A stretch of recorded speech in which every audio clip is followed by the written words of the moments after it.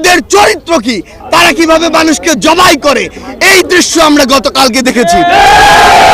যারা আমার ভাইকে হত্যা করেছে তাদেরকে যদি গ্রেফতার করে দৃষ্টান্তমূলক শাস্তি না দেওয়া হয়, তাহলে পুরো বাংলাদেশের এই যে ছাত্র জনতা একসাথে সরকারের বিরুদ্ধে তাদের জায়গা থেকে প্রতিবাদ জানাবে।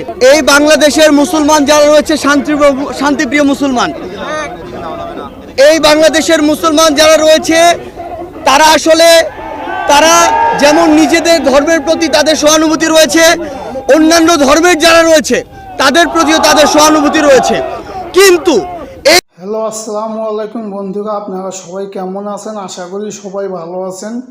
আজকে আপনাদের মাঝে একটি গুরুত্বপূর্ণ বিষয় নিয়ে আসছি। বিষয়টি হলো, আপনারা সবাই জানেন যে ইসকন নামের একটি সংগঠন আছে। সেই সংগঠনরা অলরেডি তারা এমন কিছু কার্যক্রম শুরু করেছে যেগুলো আমাদের স্বাধীনতা সার্বভৌমত্বের জন্য মারাত্মক হুমকি, এবং তারা তাদের সন্ত্রাসী কার্যকলাপও অলরেডি বাংলাদেশে তারা দেখাচ্ছে। তাদের বিরুদ্ধে আমাদের সমন্বয়ক সাজ্জিদ ভাই খুব কঠোর হুঁশিয়ারি করলেন। তা আসুন উনি কী বলছেন, ওনার কথাগুলো আমরা সবাই শুনি। তাদের চরিত্র কি, তারা কিভাবে মানুষকে জবাই করে, এই দৃশ্য আমরা গতকালকে দেখেছি।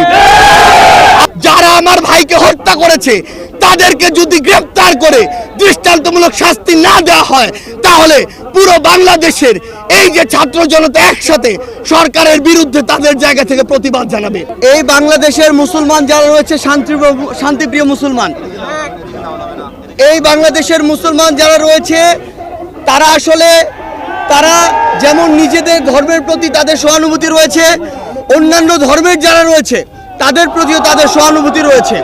কিন্তু এই সহানুভূতিকে ব্যবহার করে কেউ যদি নিজেদের ওই ভারতে বসা চক্রান্ত, যারা মাসের 30 দিনের 25 দিন দেহটা নিয়ে এই বাংলাদেশে বসে থাকে আর বাকি 5 দিন মনটা নিয়ে ভারতে যায়, সেখানে চক্রান্ত করে এবং সেই চক্রান্তের এক্সিকিউশন এই বাংলাদেশে এসে ঘটায়, সে সকল উগ্রবাদী হিন্দুদেরকে প্রতিহত করার জন্য আমাদের মনে বিন্দুমাত্র সহানুভূতি থাকবে না।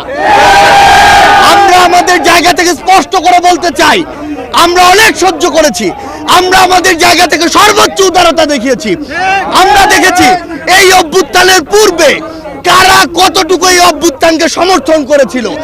আমরা দেখেছি এই বাংলাদেশ থেকে শেখ হাসিনা পালিয়ে যাওয়ার পরে কাদের মন সবচেয়ে বেশি খারাপ হয়েছে।